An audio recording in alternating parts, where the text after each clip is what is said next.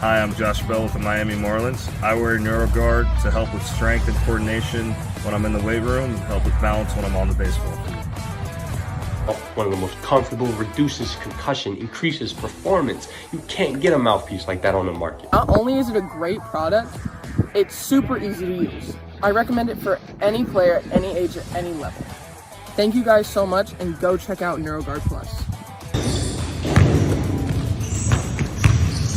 NeuroGuard mouthpiece makes it easier to breathe while playing basketball. The unique design is not as bulky as any other mouthpiece and makes you feel safe in concussions. NeuroGuard. They control my breathing while I'm riding.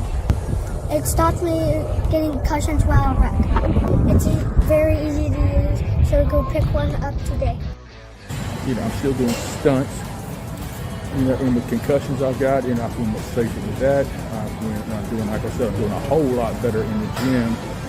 So NeuroGuard Plus, once this one wears out, you've got a customer for life, because I'm telling you people, NeuroGuard Plus is the way to go, and me, Mark Ash, says so.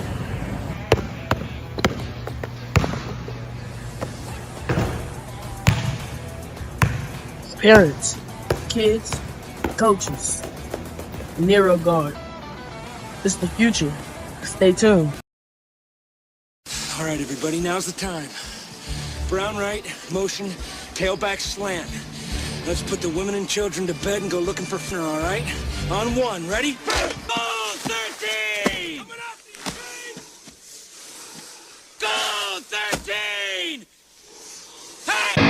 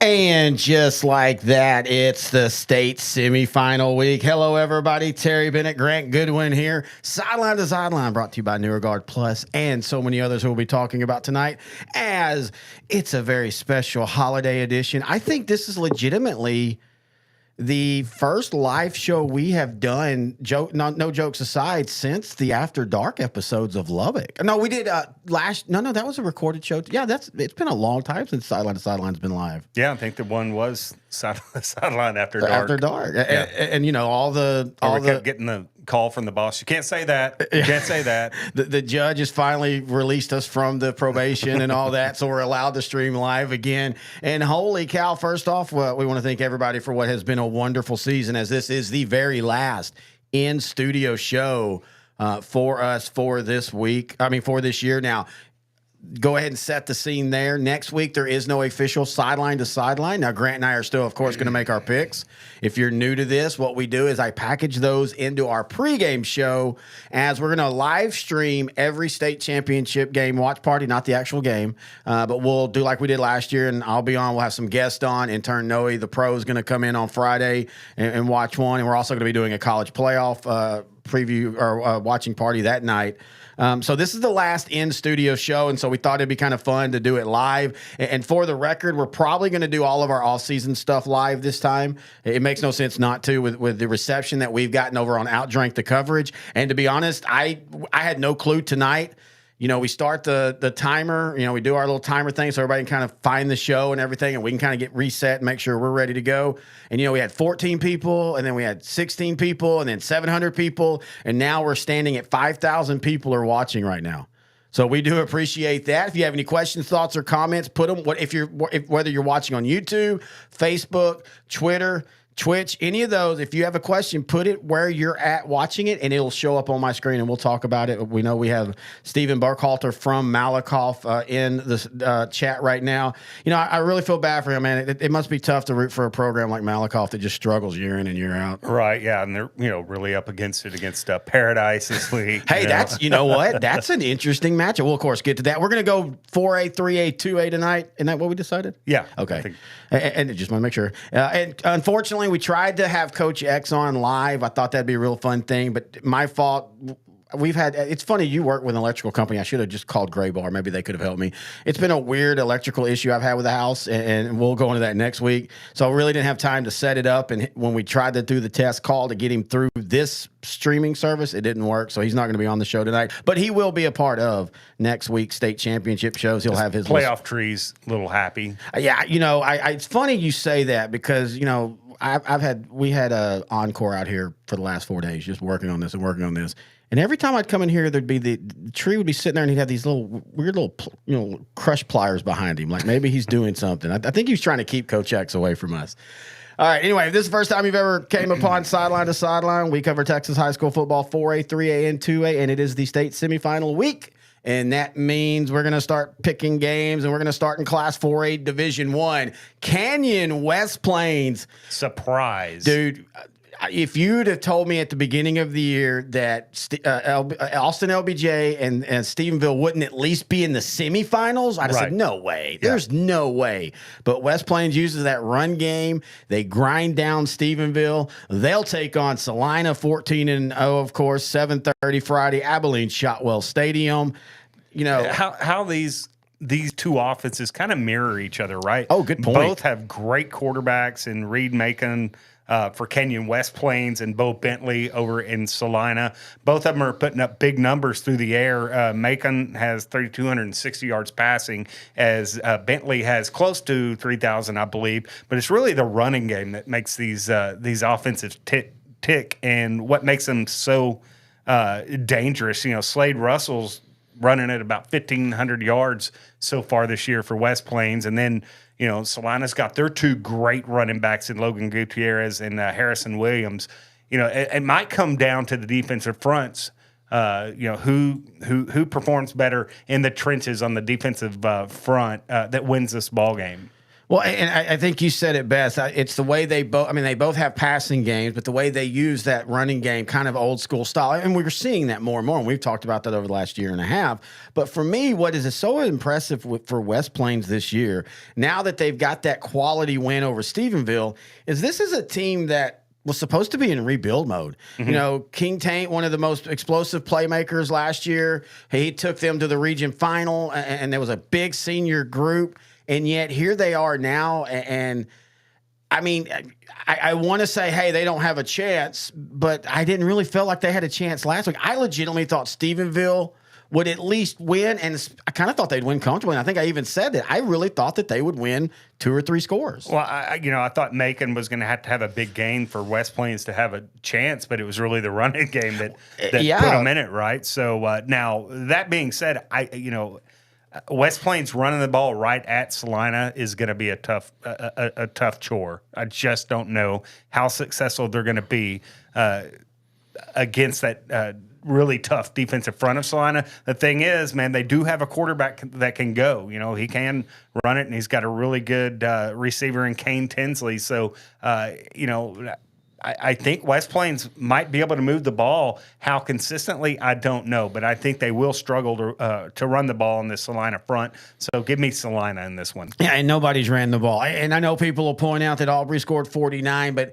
at one point that game was like 35-7, and Salina was about to salt it away, and I think they turned the ball over. And give Aubrey credit, they didn't go away. But other than that, I mean, and this isn't a Salina team, and you and I have talked about this in the past, back when they were in old school 3A, that, sometimes their path was really easy to the playoffs and then really easy through the region. You can't say that about this year. Right. Playing Belleville, playing La Vega, playing Gunner, playing Franco, inside district, Panther Creek, Aubrey, Sulphur Springs, all 3 teams that went multiple rounds in the playoffs. Yeah. And other than the 49 they gave up to Aubrey, they've held every one of those teams to 21 points and under, or I'm sorry, 30 points and under. But like with the Belleville and the La Vega game, Salina still won by multiple scores. I think Salina. And when you play Salina, your margin of error is so small. You cannot make a mistake against this Salina team because they'll take that mistake and turn it into points. Yep. And, but again, I feel like we're repeating everything we said last week about Canyon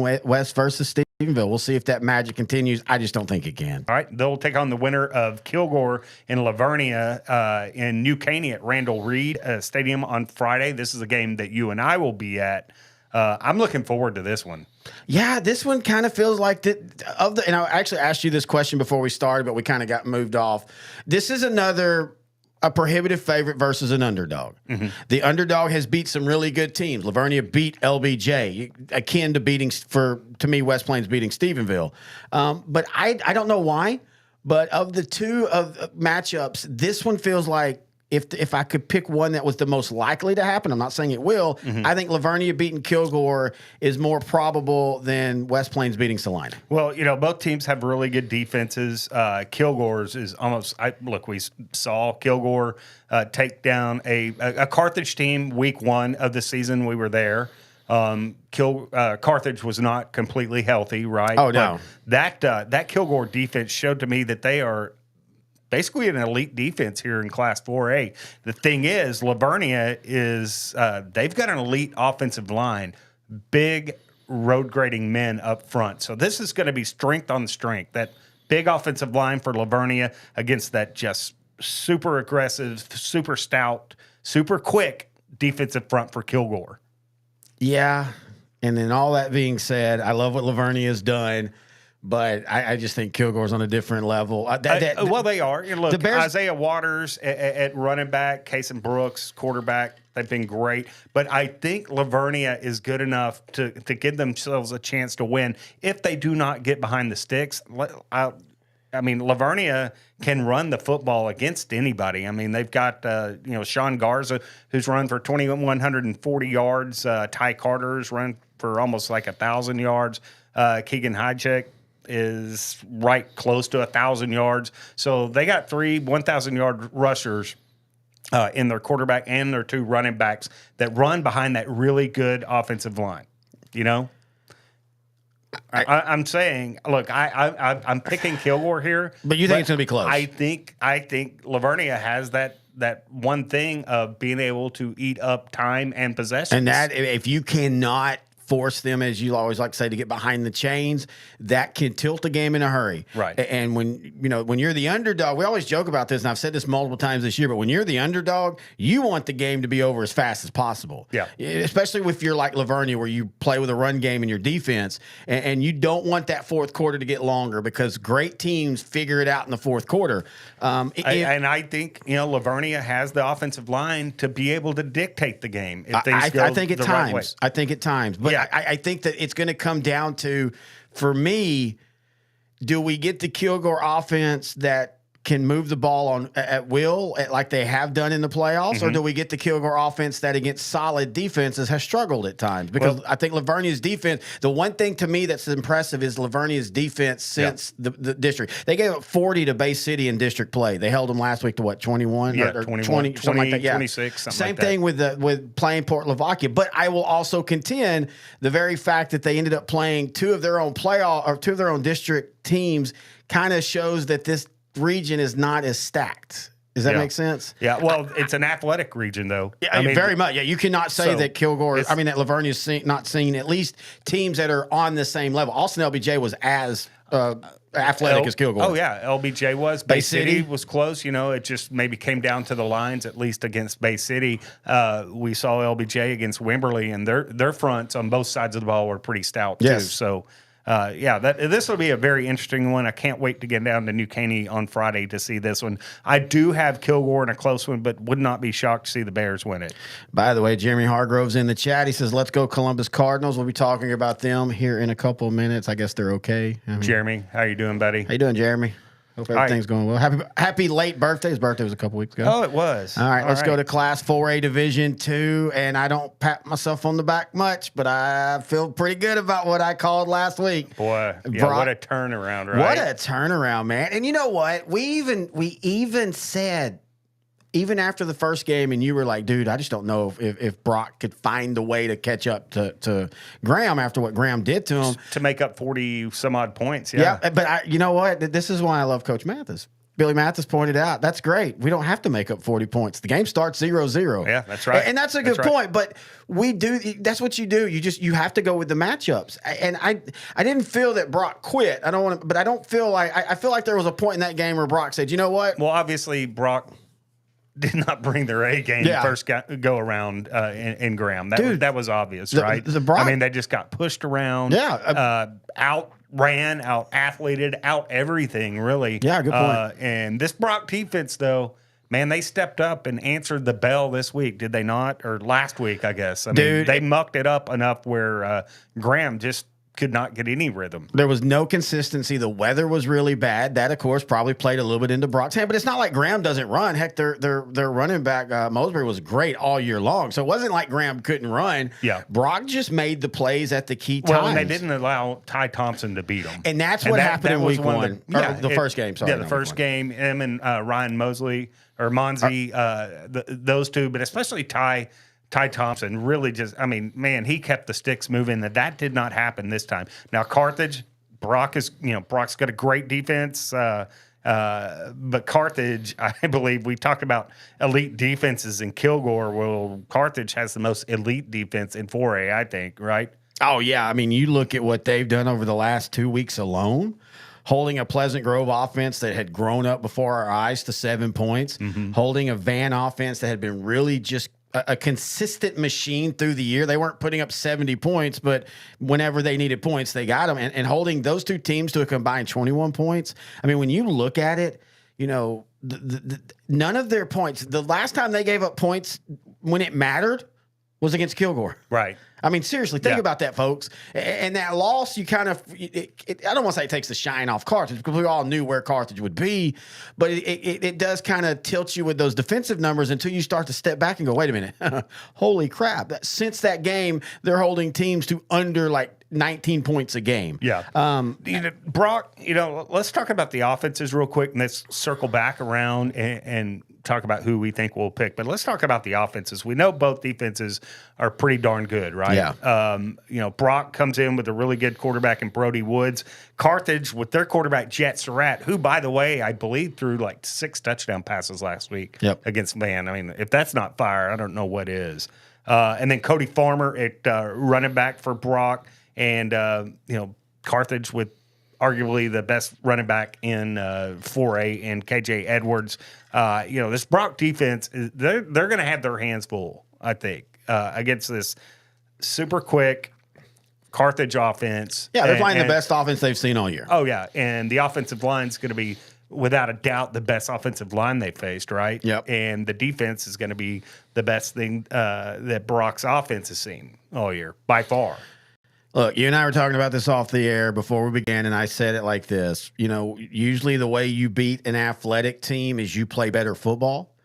The problem with Carthage is they're an athletic team that also plays football. Like they're football players. They're just not guys out there that are fast or athletic. They're guys that are fast and athletic and play great technique and play their assignments and you don't see that. Very rarely you see the backside end getting beat or getting lost in containment.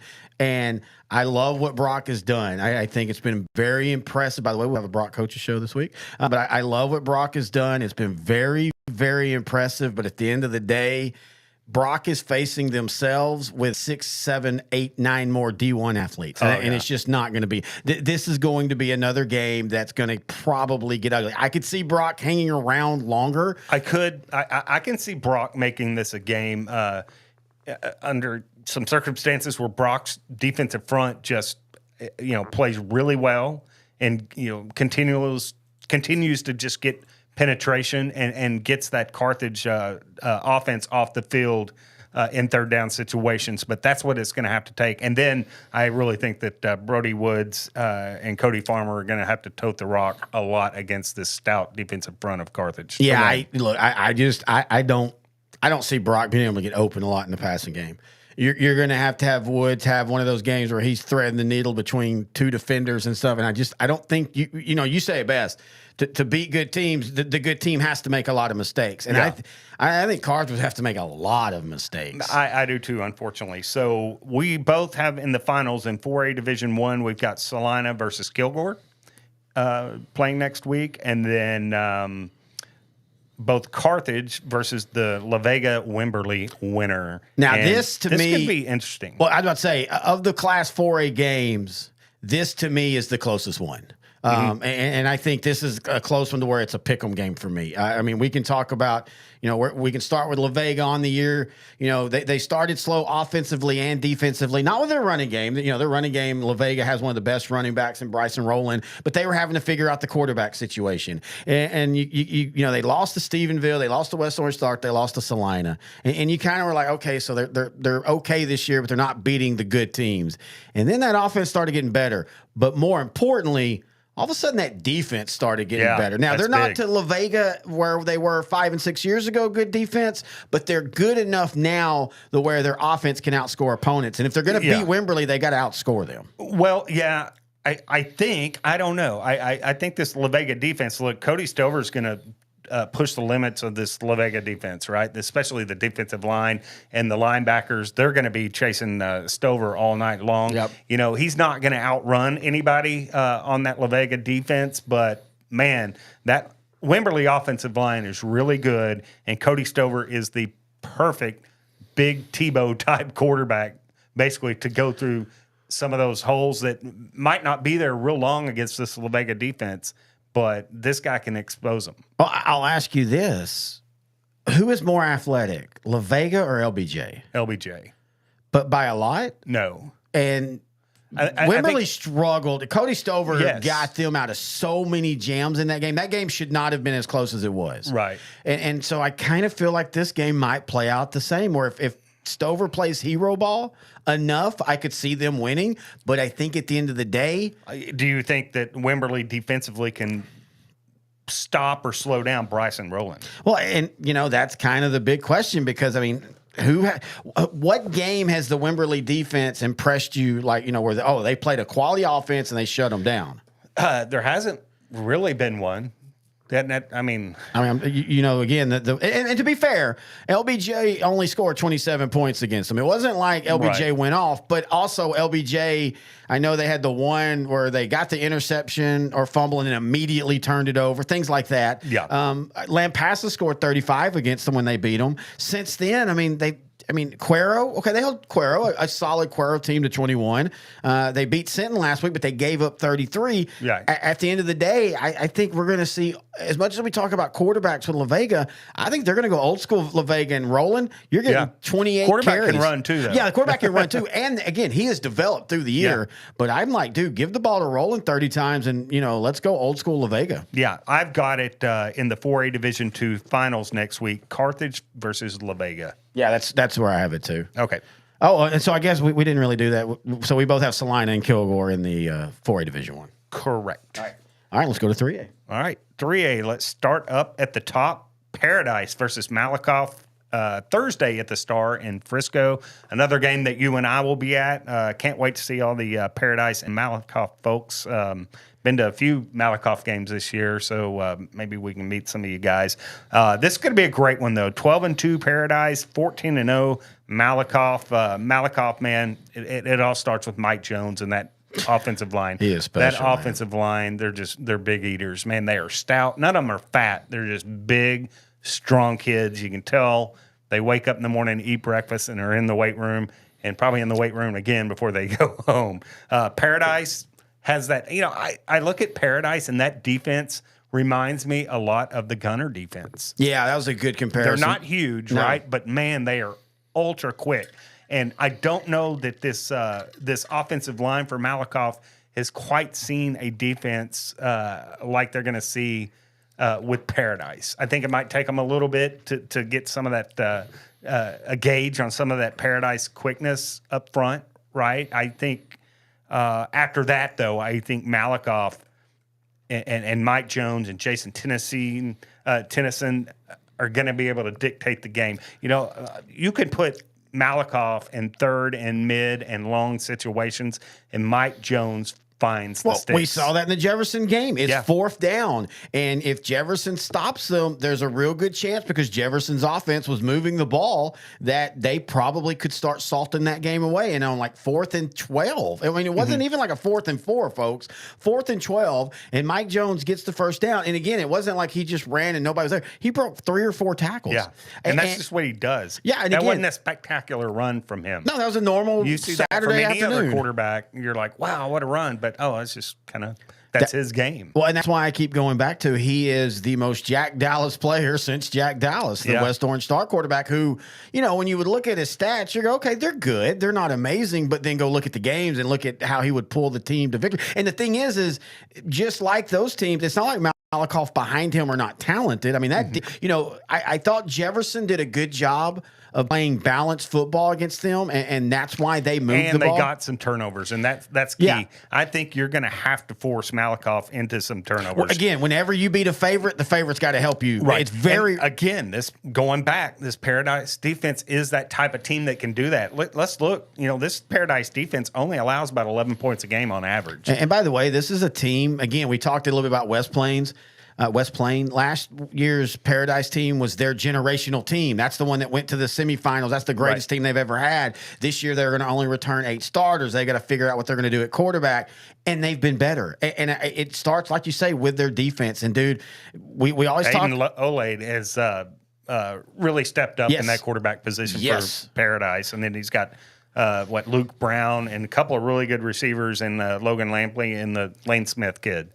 So, but the thing is, I guess what gives me any pause in coming out and saying that Paradise is going to beat Malakoff is I just don't think that Paradise can move the ball consistently against this Malakoff defense. You know, this Malakoff defense is darn good, but it gets lost in the shadow of Mike Jones and Jason Tennyson. But when you go back and look at it and look at the schedule that Malakoff has played and what they've done defensively, it's pretty impressive. And I think that Malakoff defensively is just going to put too much pressure on this Paradise offense. And I just don't know that Paradise is going to be able to move the ball very effectively. And as good as this Paradise defense is, and look for it maybe to be close for a half, I think in the end, Malakoff's big boys up front wear Paradise down midway through the third quarter and on. Yeah, I think this is a close game through the first half. I think it's a close game through the third quarter. But I'm just going to go ahead and say it now. I think there's only one team that can beat Malakoff. And we'll just leave it at that as we go to Columbus 13-1 versus Edna 14-0. I wonder who it is that you're thinking Marshall. That has a I don't even shot. know Marshall could beat Malakoff, actually. I mean, we did make the third round. How's Royal City doing? Columbus 13-1, Edna 14-0. Hey, at least you're not I think Irvin they won Mac- like the first 2 basketball At least games. you're not Irvin MacArthur. Yeah. At least you know what the playoffs are. Let's go to Edna real quick. Undefeated, very, very athletic, have a lot of speed. They've actually outscored their opponents 649 to 154. Pretty salty. You know, look.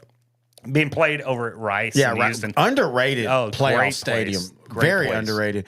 Look, my whole thing with Edna, and you and I have been big Edna fans over this run. You know, it started in 2018, and they had a couple down years, but since 2021, they've lost, I think, 8 games total, with 3 of those 8 being in the playoffs and being very deep in the playoffs. Jimmy Mitchell has done a wonderful job there, but when it comes to playing a team like Columbus, it's just an athlete issue. Yeah, boy, you know, Jimmy Waits and I went down this past Friday to Cedar Park and saw that Columbus-Franklin game. Yeah. And let me tell you, my gosh, Columbus right now is just on a different level. Grayson Rigdon just gave that Franklin defense all kinds of fits. You know, they'd actually defensively get some penetration, have a hand on him in the backfield, and then he rattles off 15 yards from that. And the kid glides, he cuts on a dime without slowing down. Physical. I mean, this kid's just something else. And then you throw in Adam Schobel at quarterback. And then, man, John Schobel, linebacker, a man among boys. He's on banged defense. up, but he's being a warrior, dude. Yeah. Still making plays. Still, Right. you know. And you know, it's weird to say this because they gave up a lot of points to Franklin, but as you and I compared notes, because I watched a lot of that one as I was switching between them, it never felt like Franklin was going to be in that game. You know, Columbus, and sometimes Columbus plays with their food a little too much, and they've got to figure that out. I don't think it matters against Edna necessarily. And I hate saying that because, dude, Well, this your Edna, defense has to play really well when you're playing Edna. I mean, Yes. Edna can get the ball on the edges. Yes. And then get the ball out on the edges really quick, right? So And Columbus I think, gives up the points Cardinals at times. and the Cardinals have to play sound, fundamental, read heavy football on the defensive side of the ball to make this thing go. I think they will. I don't think that Edna has the defense to slow down Columbus. I'm not sure who does, right? I think a Columbus Malakoff will be back and forth and just a great game. But I think it is going to be Columbus over Edna by a couple of touchdowns, 2 to 3 touchdowns maybe, and they'll take on Malakoff next week in Arlington. And that would be probably one of the best games of the weekend. It feels like every year we at least get one class have the two teams that you and I, and it's not that we're rooting as fans, but we're wanting the best matchup. And we always at least get one of those. And nothing against Paradise and Edna, but I think the Texas high school football world is salivating at a Malakoff versus Columbus matchup. Yeah, I'm salivating for Thursday night seeing Paradise Malakoff, and then maybe watching some Columbus Edna while I'm there in Frisco, though. I think these will be 2 entertaining games. Oh, yeah, definitely. So we want to also welcome Shantae Caldwell. She says Columbus Cardinals, let's go. Bridget Grigg says Stanford Bulldog. We'll be talking about them here in a minute. Nice. Robert Robertson says Wall will beat Gunner. Let's go ahead and move into that one as Wall 13-1 versus Gunner 12-2. This is 3A Division II semifinal. 3A Division II semifinal. Friday at Abilene's Wildcat Stadium. 4 o'clock.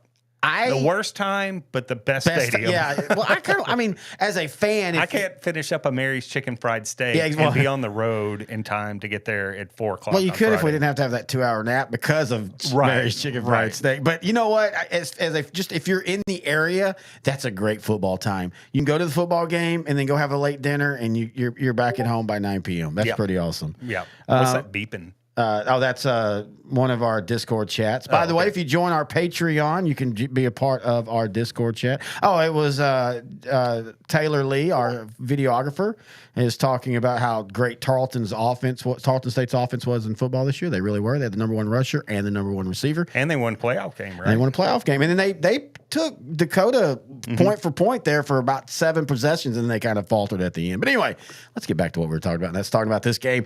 Does Wall have a chance against Gunner? I went out on a limb last week. I bit for the holiday, looked really, really good. And yeah, what was it, 33-7 with that half. 7?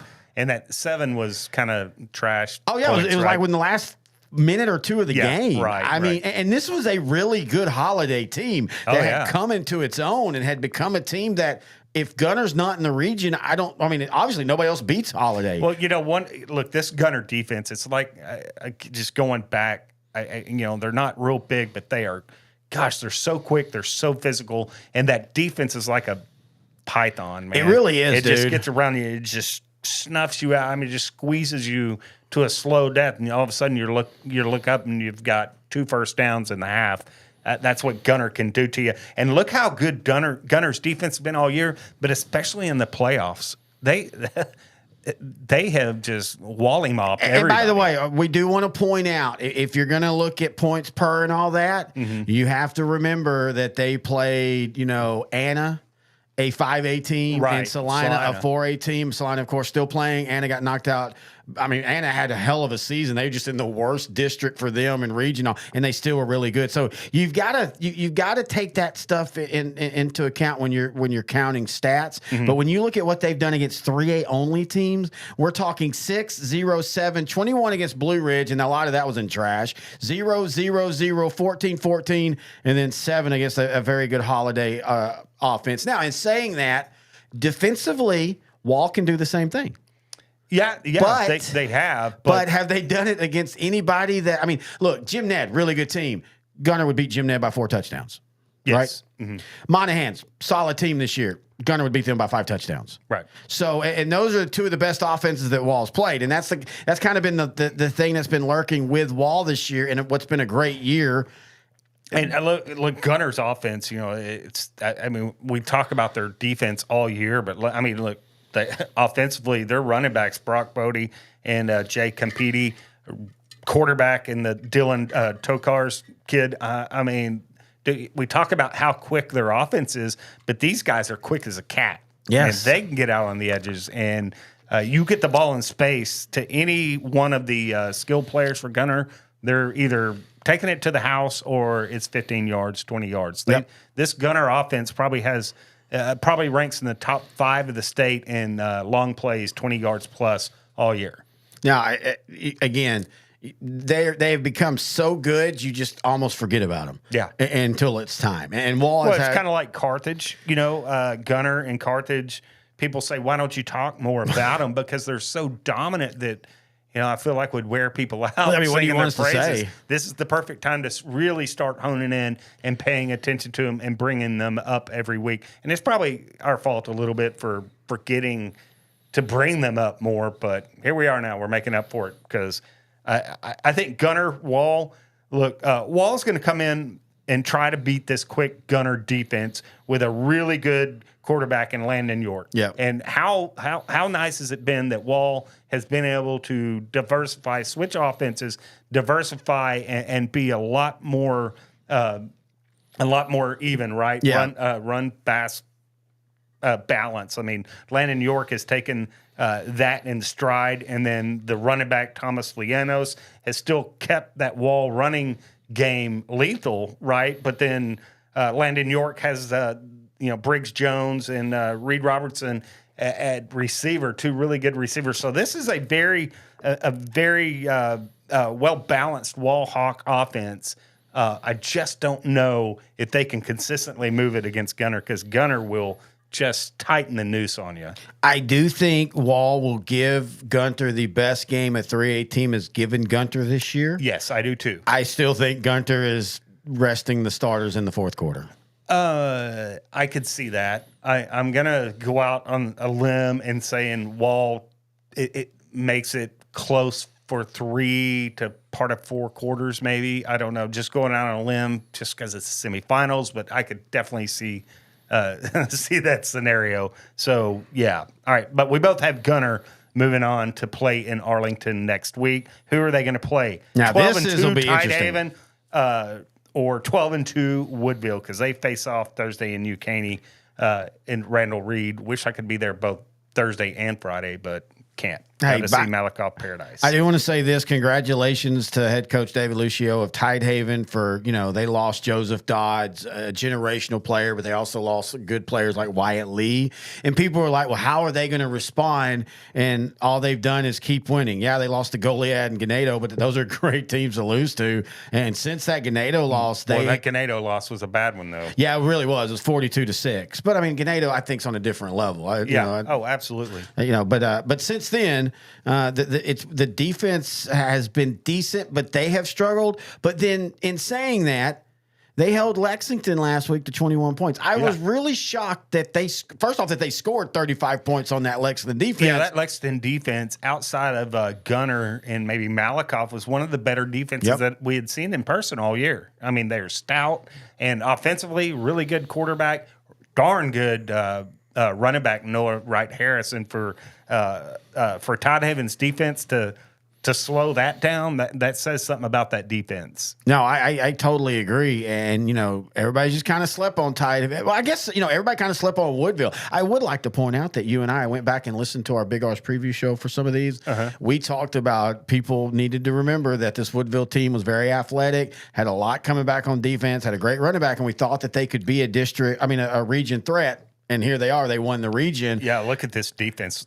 Just what they did to Dangerfield, forcing turnovers, just snuffing out. But can we I go back to, can we trust that because it's Dangerfield? Okay, I don't know. All we can do is look at the game that was played. Yeah, that's right? true. No, good point. what Dangerfield had done the previous 2 to 3 weeks. You thought that Dangerfield would come in and give up some resistance to this Eagle team, and they did not. Woodville controlled the line of scrimmage. They controlled the game from the opening kickoff, and I'm telling you, this Woodville team is dangerous. Dangerous. I think Woodville Tidehaven will be a great game.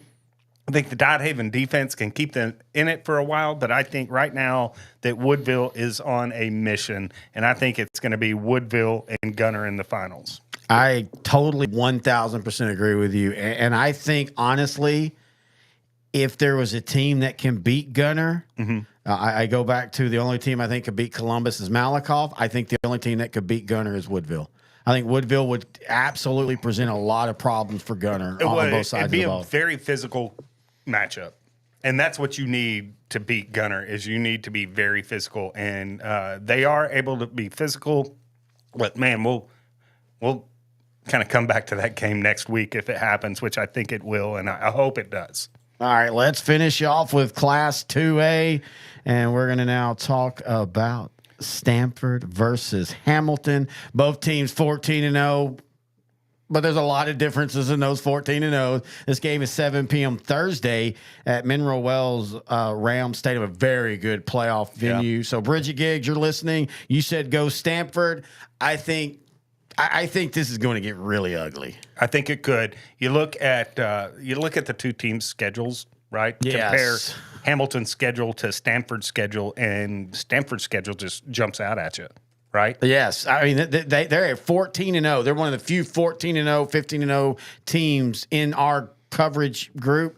And if you look at all of them, they've all played great teams. Look at who Salina's played. Look at who Stanford's played. And to be fair, a lot of that's, with Hamilton, it's not, it's the region they're in. Their Region 2 in Class 2A Division 1 is just not as strong as Region 1. That's just how that works. Now, but offensively, look, Hamilton, man, they can put up points. Isaac Wood, running back, Jackson Edwards, quarterback, has been playing great. Had a big game last week. Their defense, has kind of been hit and miss at times. Been great in the last few rounds of the playoffs. Yeah, and that's what you need. And that defense, that Hamilton Bulldog defense is going to really have to step up to give them a shot against Stanford because Christian Duran, man, that quarterback, Caston Vega, one of the best running backs out in West Texas / Panhandle area, if not all of 2A, right? Yeah, and the thing that concerns me about Hamilton is in the playoffs, and they've won. And again, I'm not discrediting at that, but they've only been able to score 15 against Axtell,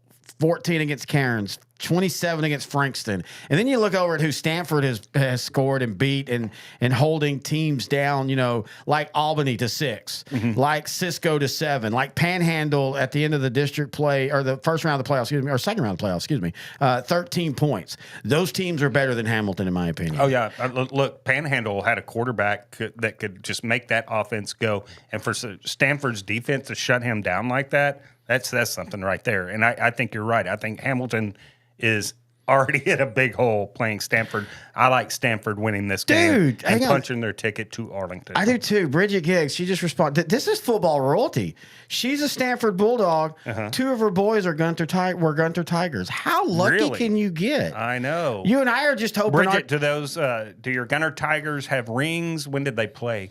Because, man, dude, if you had any on the Stanford team, all of a sudden you could have 3 or 4 rings. There you go. But yeah, we both have Stanford winning. They'll take on the winner of Joaquin, 10-4. Great win against Honey Grove last week versus Ganado, 13-1. This game is Thursday at 7 p.m. at Shenandoah's Wood Forest Bank Stadium. A great place to play football.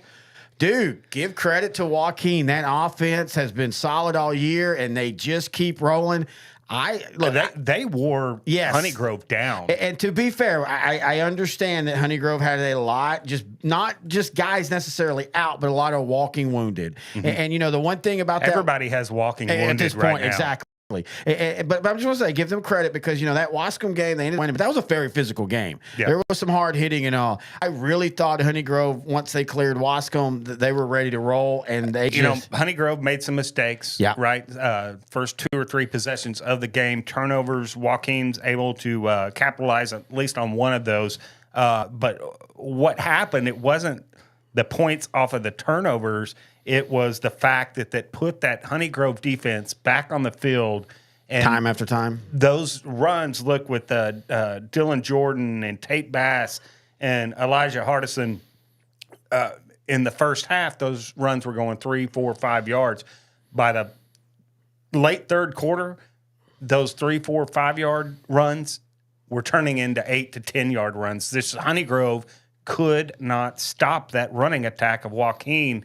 They slowed him down in the first half, but man, Joaquin just wore that defense down almost into a point of, I'm not going to say give up, but despair for that Honeygrove defense. William Banker, who's been the guy that gives us a lot of Honeygrove information, I wanted to read his email. He said, well, guys, it didn't end the way we expected. It was a memorable run for the ages. Early mistakes were costly. Momentum is tough to swing the other way, especially in the playoffs. He's right. And especially against an offense like Joaquin, who's been very, very impressive. He wants to remind people, Honeygrove has all the skill guys back. They're going to have to figure out offensive line and defensive line. But I will say this. When you have weight room. Well, when you got guys like Raylan Morris as your skill guy, he can make your offensive line look really, really good. Yeah, he might They're be not going the away. premier player in 2A next year. I totally agree. Honeygrove is not going away. In saying that, Cooper's going to be back next year too. That was a very young team. That district matchup it's been one of the most underrated matchups over the last few years.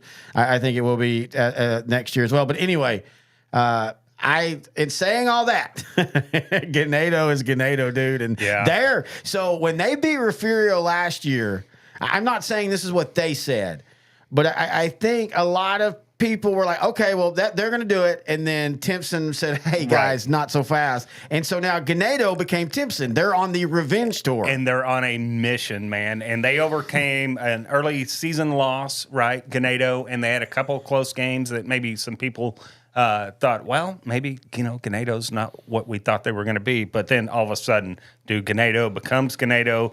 Bryce Allman has just been showing out. But look at this Ganado defense. 5 shutouts throughout the year, 4 games. In a tough region, by the way. Oh, yeah. So they have 5 shutouts on the year, and then 4 games where they only allowed 1 touchdown.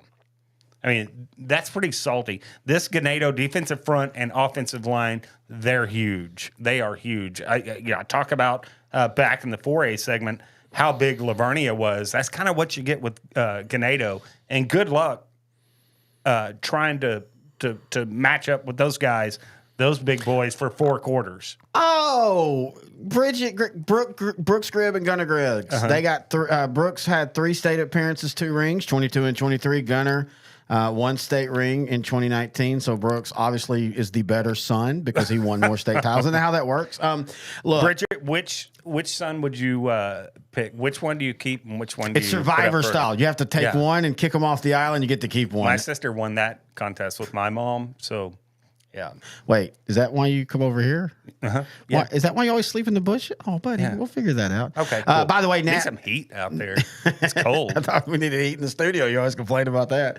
Yeah, you're lucky, though. Studio wife is here, so I have to keep the heater up at a certain level. Nat Rogers, by the way, said Joaquin Rams are playing some really good football. They are. My issue with Joaquin is I think they can score early with Ganado, but this is that classic, a team in Joaquin who's really good offensively, who defensively, when they seem to play good offenses, struggles. Hey, they played great defense last week. Yes. But who's a better offense, Honeygrove or Ganado? Ganado. Okay. Ganado. And Ganado might not have, a Rylan Morris type, but they've just got, they're just a bigger offensive line. They've very got physical. 7 guys that are just below him, and they're all just almost as good. And in Joaquin on the year, when they've played good offenses, they gave up 28 to Beckville, 64 to Grand Saline, 52 to Timpson, 34 to Garrison, whose offense really wasn't that great this year. They were inconsistent. And they've had to outscore teams. And it's really hard to beat a great team like Ganado when you have to outscore teams. That's my whole issue right there. Yeah, we got a Columbus Amber Pilsner saying Columbus Cardinals KFA number 62. I guess that's their kiddo, but Pilsner, one of my favorite beers. Really? That's what you got out of that? Mm-hmm. Yep. All right. So does Joaquin have a chance? Has no caboose. Yeah, it went Spit it out. Give it. I said, now you're making me do it again. Does Joaquin have a chance? Yes, they've got a chance. If they play like they played against Honeygrove, they've definitely got a chance, but I just don't know that they'll be able to. I mean, look, Ganado's going to lean on you for 4 quarters, and I just don't know if they're going to be able to withstand that. I've got it Ganado and Stanford in the finals next week. I think Ganado stretches this midway through the second half, and it ends up not being a real close ball game. Does it feel like, before we finish up with 2A Division II, it does feel like, and maybe this is always like this, and it's just you forget week to week, but it really does feel like there's a good chance that a lot of these semifinal games aren't going to be great. Yeah, I don't know. I mean, I haven't seen one where there's a matchup where I don't think there's a chance for them to be great. Yeah. No, right? I agree with that. Yeah.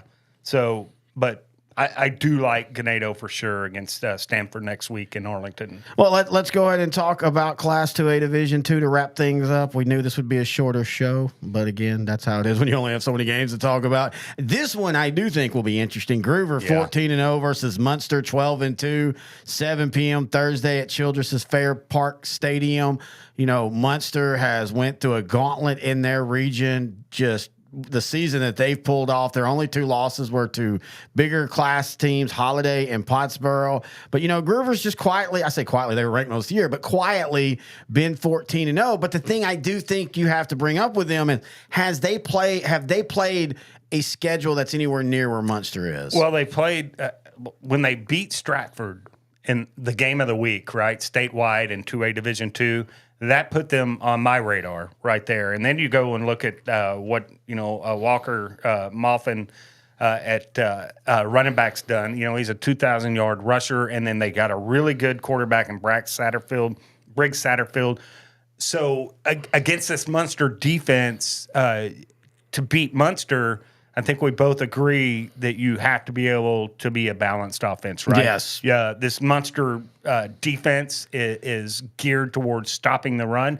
Ask Lindsay about that, right? Mm-hmm. The Lindsay Knights were averaging quite a few yards per game on the ground until they got to Munster. They weren't able to throw the ball effectively, and we see what happened there. I don't remember what the score was, but it wasn't even really close. Which one? They beat them in district 34-20, but last week 54-14 they beat Collinsville. I was shocked. I wasn't shocked that Munster win. We both picked them, and I actually legitimately thought that they'd kind of win about like the same, 35-21, something like that. They went out, and Collinsville got a touchdown early, but then Munster just shut them down. And the thing that people forget about, you talk about balance, is how balanced this offense is. With Kason Carney and Garrett Hess and Nolan Pill and Maverick Bayer, this has become an offense that over the last couple, they won state in 2017. And then, they've been good since then, but their offense at times plotted. It's not a plotting offense now. Mm-hmm. They are athletic. They move the ball well. And I think people forget how good Munster's offense is because everybody talks about that defense. Yeah, Kason Carney, man, he's been lighting it up this year at quarterback, right? Nolan Peel doing a really good job. Garrett Hess, one of the most underrated tight ends, wide receivers, over 1,000 yards, and he is a matchup nightmare. And I mean, he's got to the point now where you think about him, and I always go to this team, but Brock and Nathan Jones and Baylor Cup, where 2 years ago when 2 years ago when they lost to Franklin, they won multiple playoff games simply with Nathan Jones. Of course, they had the very famous where he took the snap, but he was eligible, and they scored to beat Mount Vernon in the semifinals. That's how Garrett Hess is offensively for Munster. If it's 3rd and 9, we got Garrett Hess. We're going to be good. Yep. That's something Munster hasn't had over the last few years. By the way, we have a Munster coaches show. As Brady Carney always likes to say, athleticism and Munster don't necessarily go hand in hand, but this year, I think this is their most athletic team, maybe even past that 2017 state championship team. Yeah, and they're facing a pretty athletic Groover offense too, right? Yeah, and again, Groover, you give them credit for that 14-0 record, and I think this is going to be a legitimate matchup. But I still go back to, I just don't know if Groover Stratford is probably the closest team that I would say is like, right. And Stratford ended up kind of being down this year. They still made the playoff, but they were 7-4. I just don't know if Gruver's played anybody that's anywhere close to Ropes, I guess, maybe. Yeah, I think Ropes would be the closest. And I don't even know if that's close. Saying this, I think that Munster defense keeps everything in front of them Yes. and makes Gruver really earn every yard, every first down. I think Munster wins this ball game, but I think this is a close one. Maybe one of the best semifinal matchups in 2A this year. Chris Jones said Salina big. Yes. By the way, the Columbus number 62, that's for Alex Madrena, who passed away earlier this year, tragically. Oh, okay, yeah. They carried his jersey out. Dude, I'm gonna say this at the coin toss. So yes, you'll see 1,000 during the ESPY Awards, and at this time of year, with it being the end of the year, you'll see all these recaps, and there'll be a few teams that have done what Columbus does, but I don't think people understand how hard that has to be. Oh yeah. I mean, especially, and I'm not saying big schools, it doesn't matter, but especially for smaller schools, smaller community, for them to, and in a tragic way, just being sick, just an infection that just for whatever reason, it took his life. For how Columbus has responded to that, to me, is just even more impressive. Yeah. All right. So we both think Munster will take on the winner of Bremond and Shiner next week. Bremond and Shiner. This is a great matchup. This is the best matchup of the semifinals that we cover. In one of the best stadiums in the state, the Barry Center in Cypress, on Thursday at 7:00. Bremond 12-2, Shiner 11-3. All those Shiner losses were the first 3 weeks of the season. 0-3, and by the way, they lost to Hallettsville, Rice Consolidated, and Poth, all three playoff teams. Yep. They have since went 11-0, and the thing that is scary is they've gotten more dominant. They won that first one against Vanderbilt Industrial 49-28. Mm-hmm. Since then, they've given up 7-0. Now, that 0 was that Charlotte forfeit, but 0-3 to Fall City, folks, an 8-4 team, 0-0, 13-6, 7-23 to Granger, and then last week shut out a Junction offense that had gotten rolling really good. Dude, I said it. This is the best 10 match. weeks, this defense, the most points they've given up basically is 23 to Granger. After that, that's it. Yeah, and that's crazy.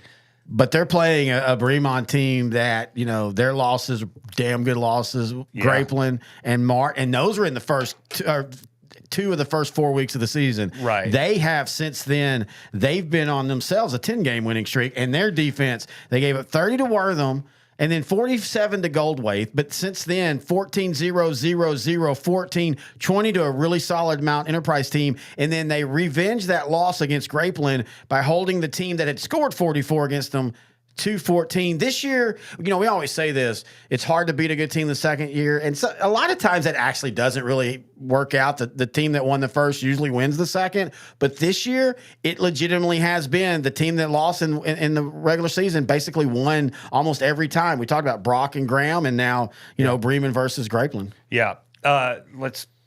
Bremen's got one of the best running backs in junior Terrence Scott.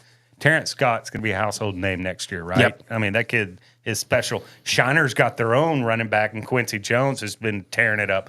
I think the difference here is Shiner is they're big and they're physical. So is Bremond, but I think Shiner hangs their hat on that. I think Shiner is going to be able to control the line of scrimmage and run the ball. Not run the ball at will against this defensive front of Bremond, but I think they will be able to run the football. And then Carson Schutt at quarterback, that'll open up things for him over the top. So I like Shiner in this one. I like Bremond. This is the only game that you and I are picking against each other. Every other game. That's why I said, and sometimes this happens, and sometimes because of, this, I always remember one of the NCAA basketball guys talking about, everybody loves the upsets in the basketball tournament until the next game, and then ratings go down because people are like, oh, North Carolina's going to kill that team because that team upset. Yeah. That's kind of happened here. Some upsets happened, and congratulations on those, but the semifinals haven't been strong. Now, in saying that, if the games play the way we think it are, we're going to have some great state championship matchups. But I like Bremont. I think Tank Scott and their offensive line, this is going to be a low-scoring game, by the way. This is going to be winner might score 14 points, legitimately, maybe 20. I just think Bremont's on a mission right now. I like the Tigers to win, but it's going to be – I still contend this will be the best matchup of the semifinals. All right, so 2AD2, you like it Munster versus Bremont, and I like it next week in Arlington, Munster versus Shiner. All right. The Bohemian Bowl. Even if Munster played Bremont, that would be kind of the Bohemian Bowl. Let's go ahead and break down our picks one more time. A short show again. We'll set up everything else. But so in Class 4A Division 1, you and I both have Salina versus Kilgore to play for the state championship. In Class 4A Division 2, we both wait, who did we end up picking on La Vega? I think we both picked La Vega, didn't we? Yeah. Carthage versus La Vega. What would that be? A repeat of the 2015 or 2016 state championship? In Class 3A Division 1, we have Malakoff versus Columbus. In Class 3A Division 2, we have Wall versus Woodville. Class 2A Division 1. No, we have Gunner versus Woodville. I'm sorry. I meant Gunner. I don't know why I said Wall. Maybe because they're the first one I saw when I was scrolling down. In class, I need to go back and check your picks again. But hang on. If Wall wins, I will edit it out to where in Class 2A Division 1, you and I both have Stamford versus Ganado. In Class 2A Division 2, this is where the only place we differ. We both have Munster, but you have Shiner. I have Bremont. Either way, that's going to be a great state championship. By the way, speaking of the state championship game, if you're going to the game, and you want to get great tickets, go to SeatGeek.com. You can see it scrolling through. Use our promo code Sideline, T-O Sideline, Sideline to Sideline, and you get $20 off of your first purchase. So if honestly, if you have a SeatGeek app, just re-sign up with another. We all have dummy emails at this point. Re-sign up with another email, and you can get that. You have to at least pay $20, but if you're going to one game, there's a good chance you're going to be at least paying $20. But you get one ticket Thursday night at the Star for Paradise and Malakoff is $15. So when did they start jacking the semifinal price up? That's new, isn't it? It's not that expensive. No, I'm not saying it's expensive, but I mean that's Texas Clemson tickets up top are already going for $350 something. So wait, did you just 15? Really compare? Oh, speaking of, great segue. You knew what you were doing the whole time. Now the college football talk. Next Monday, Grant Goodwin will be joining Outdrank the Coverage for our first playoff preview show for the college football season. We'll do one of those through the week of the weeks that they play when they take off. I have to show up like at the start time, like 3 sheets in the wind. Yes, because it's Outdrank the Coverage. You got to be going. Okay. You got to be rocking and rolling. Cool. That's the only way you can do it. As long as it's not a Sunday. I don't drink on Sunday. You don't even. It's not a religious thing. I just don't want to feel bad on Monday. Yeah, I was watching a reel this week talking about making excuses of why you need to drink on Monday, and I was like, man, I kind of agree with that. Anyway, what? So give me before we close out. What is the overall thing that you think we're going to be talking about next week with this after the semifinals? Somewhere in here, on the games we just talked about, are going to be 2 teams that advance that we didn't think was going to happen.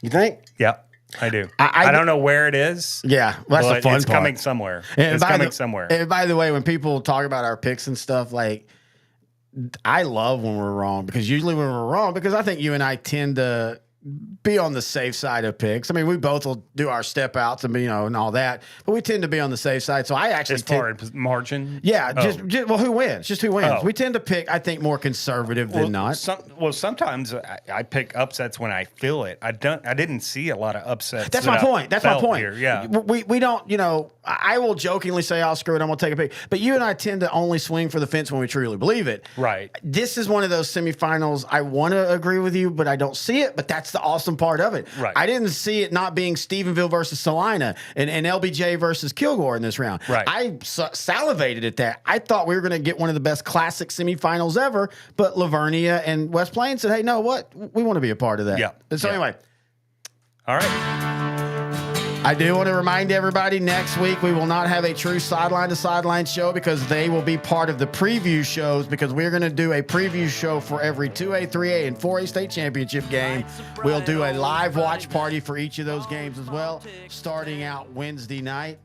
Grant will probably join us as he'll be at the studio. We'll get him. Intern Noe the Pro is going to join us. Coach X is going to be here. I've got some conversations with coaches that want to join during the watch parties. So be checking out all of our websites for that. L4mediacompany.com. Facebook, just type in Sideline to Sideline. On Twitter, at Grant and Terry. On YouTube, youtube.com/@L4 Media Company. Or go to the audio-only website, S2SGrantandTerry.com. This show will be posted tonight as soon as it's over on YouTube, and then I'll put up the audio only on Wednesday morning. You have anything else they said? No, sir. I think that's it. We'll see you Thursday at Paradise Malakoff in Frisco and Friday in New Caney for Kilgore, Vernia. So come by and say hi if you see us. All right. Until next time, he's Grant Goodwin. I'm Terry Bennett. This has been Sideline to Sideline right here on L4 Media.